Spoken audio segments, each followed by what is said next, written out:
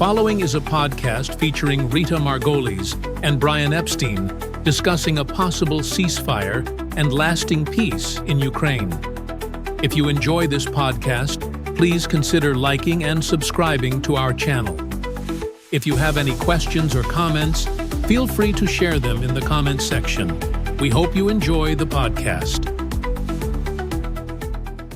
All right, let's dive right in to this incredibly tense situation surrounding, this potential ceasefire in Ukraine. It's complex, but you want to understand what's really going on. And we've got some great insights to unpack.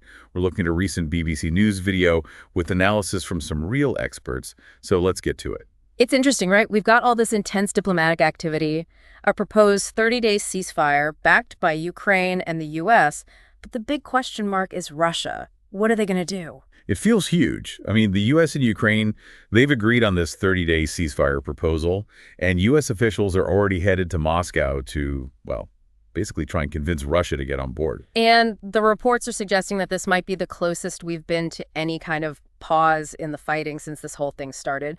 The White House is really pushing for Russia to accept this proposal. But then you see Putin visiting the Kursk region, which is, as we know, a contested area, and he's projecting all this confidence, talking about victory. It makes you wonder, what's their real game plan here? Yeah, Putin's visit to Kursk is a classic move, right? It's all about signaling strength both to his own people and to the rest of the world. But we have to consider what James Landale, he's the BBC's diplomatic correspondent, is saying. He's suggesting that Russia might not be so eager to jump on this ceasefire bandwagon. They're known for playing it close to the chest, and they might demand some serious concessions before agreeing to anything. It makes sense. When you consider their track record, they always play hardball in these negotiations. Yeah. And there's that saying, right, nothing is agreed until everything is agreed, which kind of hints that they might come in with a whole laundry list of demands. Oh, absolutely. And Landale actually points out a few of those red lines that Russia has already drawn. First, they've completely rejected any talk of European or NATO peacekeeping forces in Ukraine after a ceasefire. They're also insisting that Ukraine drops any hopes of joining NATO, and of course, there's the big one. They want those Western sanctions lifted. So yeah, those are some pretty substantial demands right there. But the analysis goes even deeper, right? It suggests that Russia might actually try to broaden their demands, pushing for things like limits on U.S. forces in Europe, or even trying to reduce NATO's presence in places like Poland and the Baltic states. That's where things could get really messy. No question about it. If Russia starts expanding their demands, it could turn what's already a regional conflict into, a full-blown global strategic crisis. And Ledoux, he's the BBC's chief international correspondent, he's pointing out the potential ripple effects. He's emphasizing that how this whole situation plays out could have a massive impact on the relationship between the U.S. and its allies, going way beyond just Ukraine. It's a reminder that what's happening in Ukraine is connected to so many other things going on in the world. Yeah. But if we bring it back to Ukraine specifically, Dude also highlights their fear, and it's a very real fear, that this ceasefire might just be a tactic for Russia to regroup and then, come back even stronger. It's a valid fear, especially given how Russia has acted in past conflicts. I mean, history's full of examples of ceasefires just being used for tactical advantage.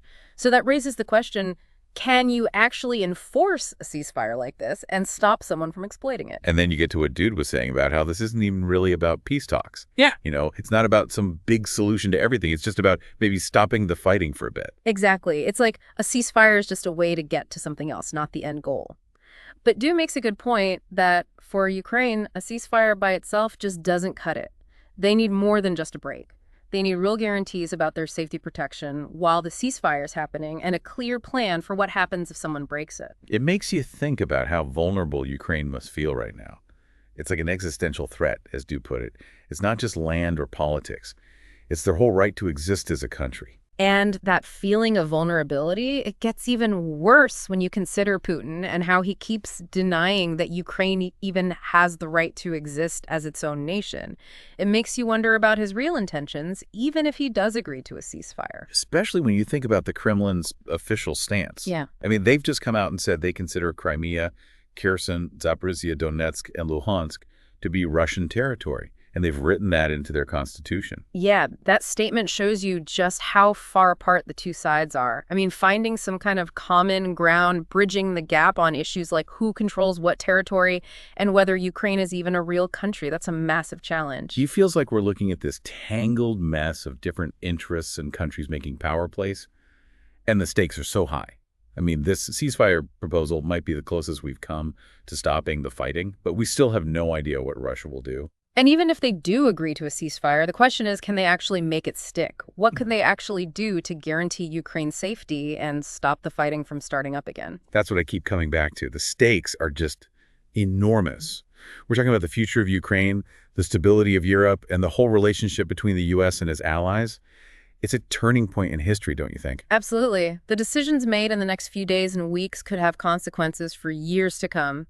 It really shows how everything in global affairs is connected and why understanding the complexities of international relations is so important. And that's why this deep dive is so valuable for our listeners. It's about cutting through all the noise and getting to the heart of what's actually going on. We've looked at the facts, explored different perspectives, and now it's your turn to take all this information and think critically about it. Exactly. It's important to understand all the different opinions about this proposed ceasefire. Some people see it as a genuine step toward peace, while others are way more skeptical. They think it's just a way for Russia to buy time and secure the territory they've already taken. It's easy to get caught up in the emotion of a situation like this, but it's important to stay calm and look at things objectively. You have to weigh the arguments, challenge assumptions, and really dig into the information you're getting. Don't just accept things at face value. And that's where a deep dive like this can be so useful. We're giving you a balanced and nuanced perspective so you can form your own conclusions based on a solid understanding of the issues. And as we start to wrap things up, I want to highlight something Ledoux said that I found really insightful. He said that for Ukraine, this is an existential crisis. Yeah, he's right. It's not just about territory or political influence for them. It's about their survival as an independent nation. And that idea really resonates with people all over the world. It does, because it connects with that basic human desire for freedom and self-determination. And that brings us to a really important question as we finish this deep dive. If a ceasefire is agreed on, what specific things can be done to guarantee Ukraine's safety and prevent the fighting from starting again? That's the key question, isn't it? Just stopping the fighting isn't enough. We have to address the root causes of this conflict and create the conditions for a lasting peace. So what might those conditions look like? Well, that's a question for diplomats and policymakers, but I think it's safe to say that any real solution will need to come from multiple angles. We're talking about clear and enforceable security guarantees for Ukraine, which could involve international peacekeeping forces or some kind of collective security agreement.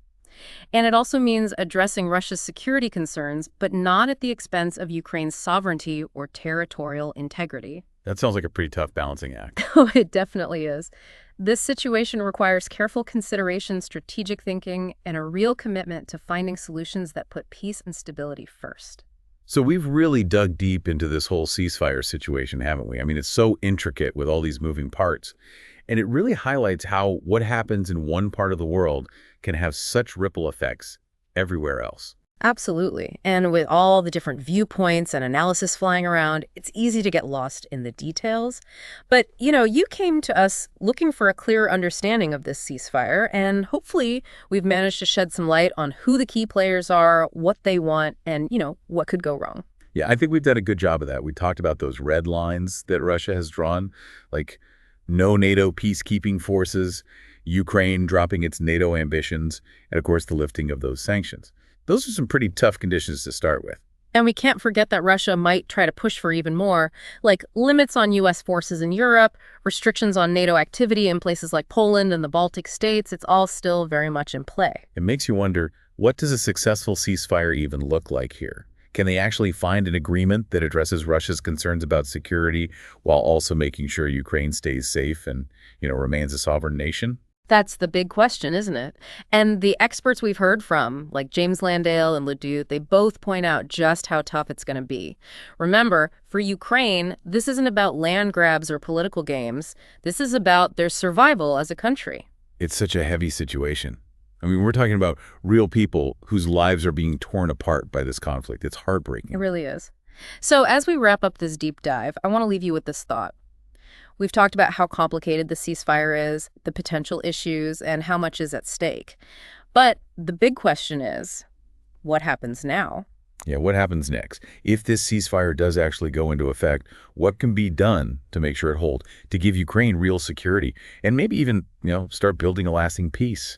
There are no simple answers, but it's something to think about as we keep following this story. Definitely. Stay informed, engage with all the different viewpoints out there, and don't underestimate your own voice when it comes to speaking up for a more peaceful and just world. This deep dive has hopefully given you a good foundation for understanding this complex situation, and we encourage you to keep learning and exploring it.